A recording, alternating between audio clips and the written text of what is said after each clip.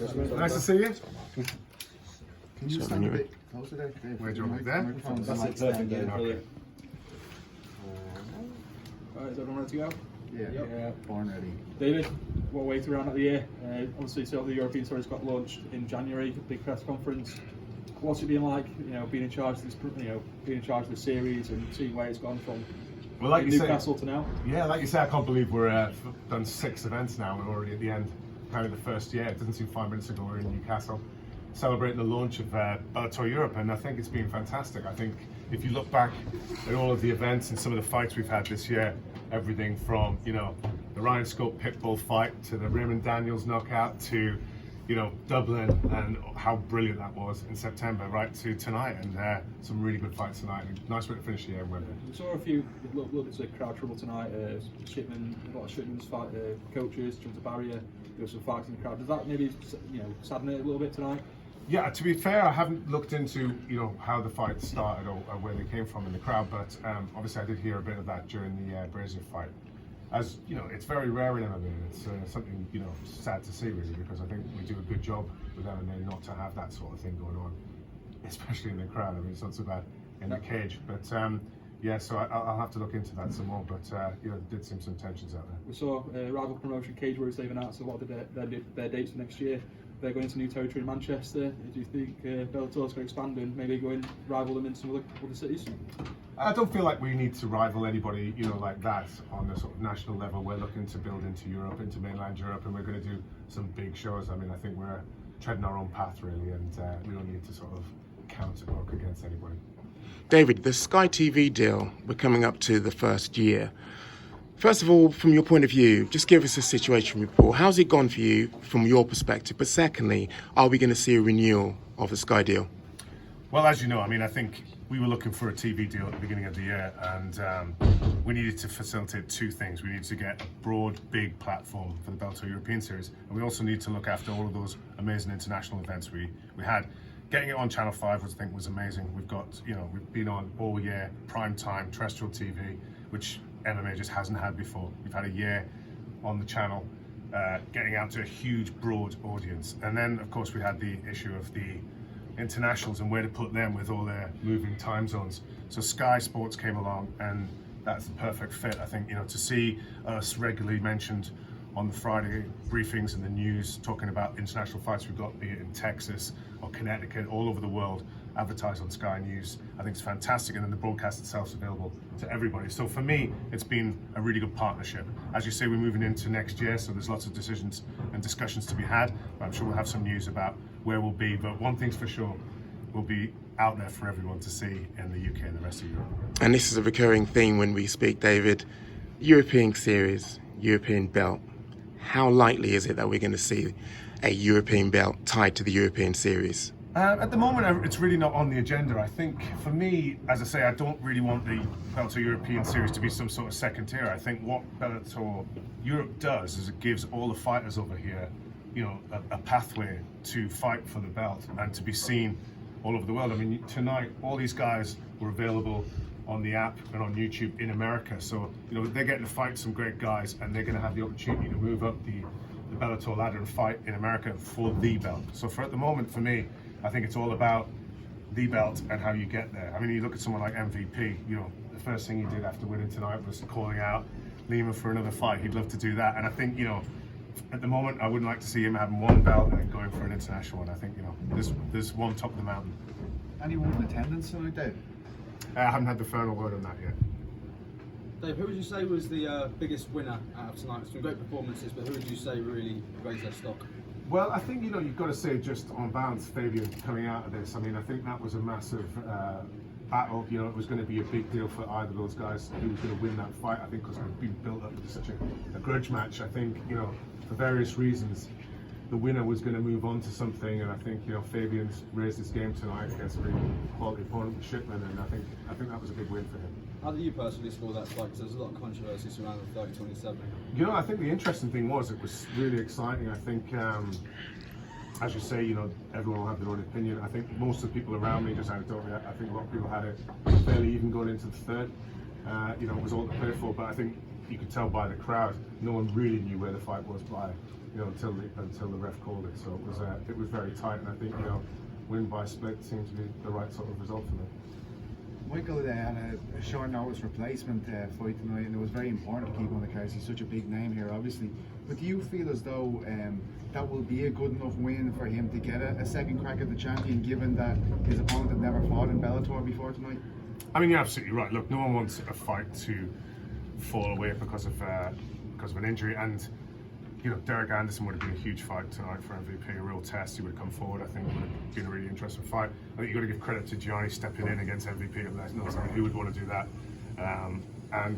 So of course you're not going to get the right picture from that, I think. But looking at it, MVP was confident, he was fit, and he did the only thing he could do, which was to deliver another devastating KO on the night.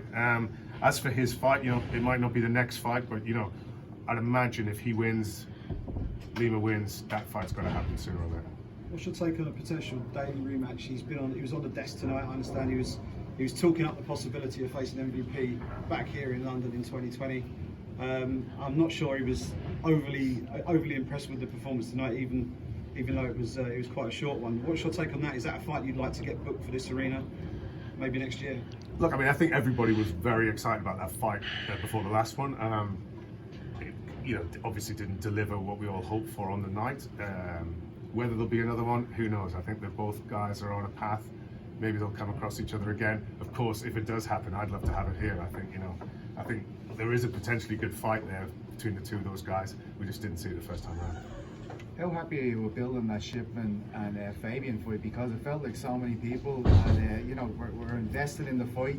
It felt really big this week, and you could even feel the tension in the arena there tonight when they were fighting. I think some people might have been let down with the fight watching on TV, but it was amazing tension in the arena tonight.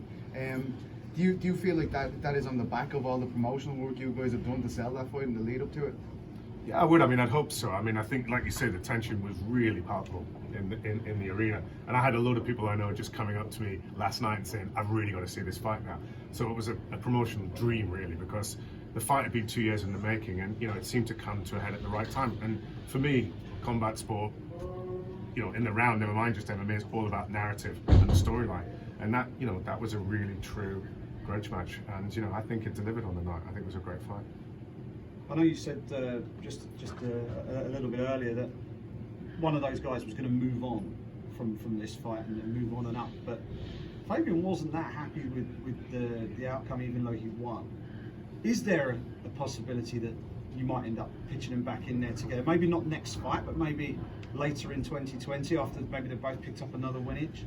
Yeah, I mean, Fabian's a perfectionist, as we know. I mean, I think he always likes to finish a fight and entertain the crowd, like a lot of fighters do. I think, and I think Shipman will be disappointed, not to come away with a win. So, for me, there's always a case there for a rematch, I think. But again, I don't think it will be the next fight for sure, and we'll just see where the guys get to after this.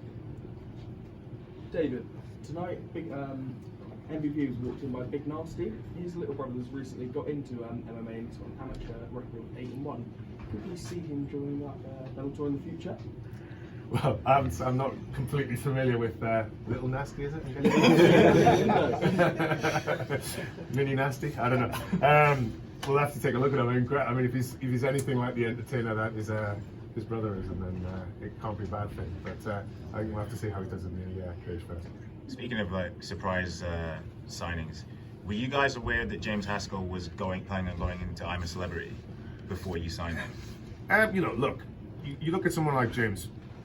We didn't sign James Haskell just for he wasn't the biggest MMA prospect to sign. He's a personality and a big personality at that. So he's had a lot of work booked. He was DJing in Ibiza.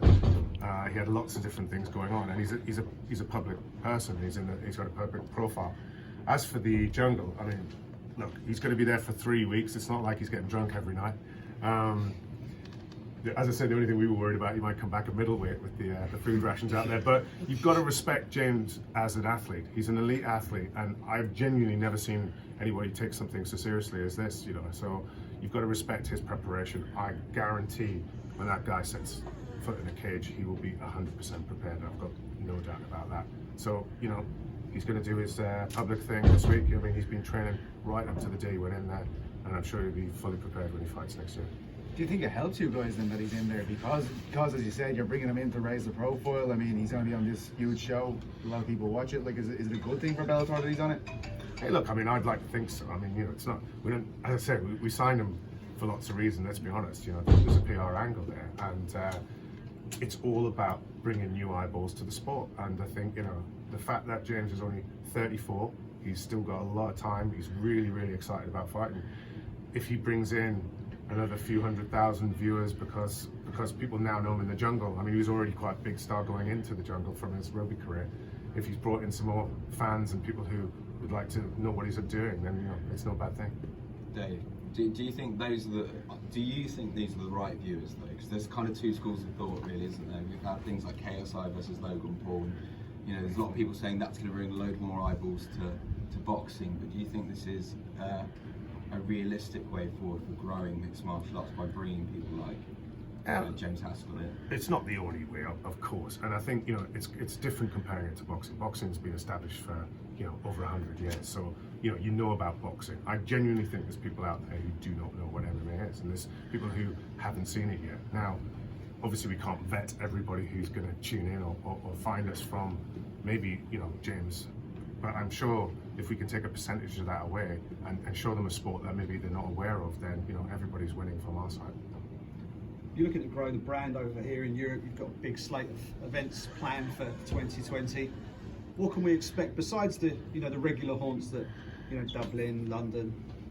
What else can we expect from Bellator? What's the next progression for you guys as you look to grow in Europe in 2020? Well, look, we're really ambitious. We want to grow quickly, but I think we're trying to do it properly. So, you know, obviously we'll revisit places because that's the way you establish a foothold. You know, I think we've shown that in Dublin. You go back there and, you know, you build it, and you build the fan base, you build the talent, and there's a lot of fighters out there in Dublin now who are earning a good wage through us. Excuse me. Excuse me. When you look into what we're doing after that, I'm gonna grab some water. Sorry about that. What's that type of question? You're always gonna catch me out at the end there. 2 seconds. You found the sweet spot. Exactly. No, I think we're going to look into mainland Europe. You know, it's no mistake. We've said the Netherlands, Scandinavia. We've already announced today we're going back to Milan in October. And you know, I think it's all about a steady, constant, but, you know, ambitious growth into mainland Europe. Thanks very much, Dave. Another 10 questions for you. Exactly. I should have kept that one for a tricky one.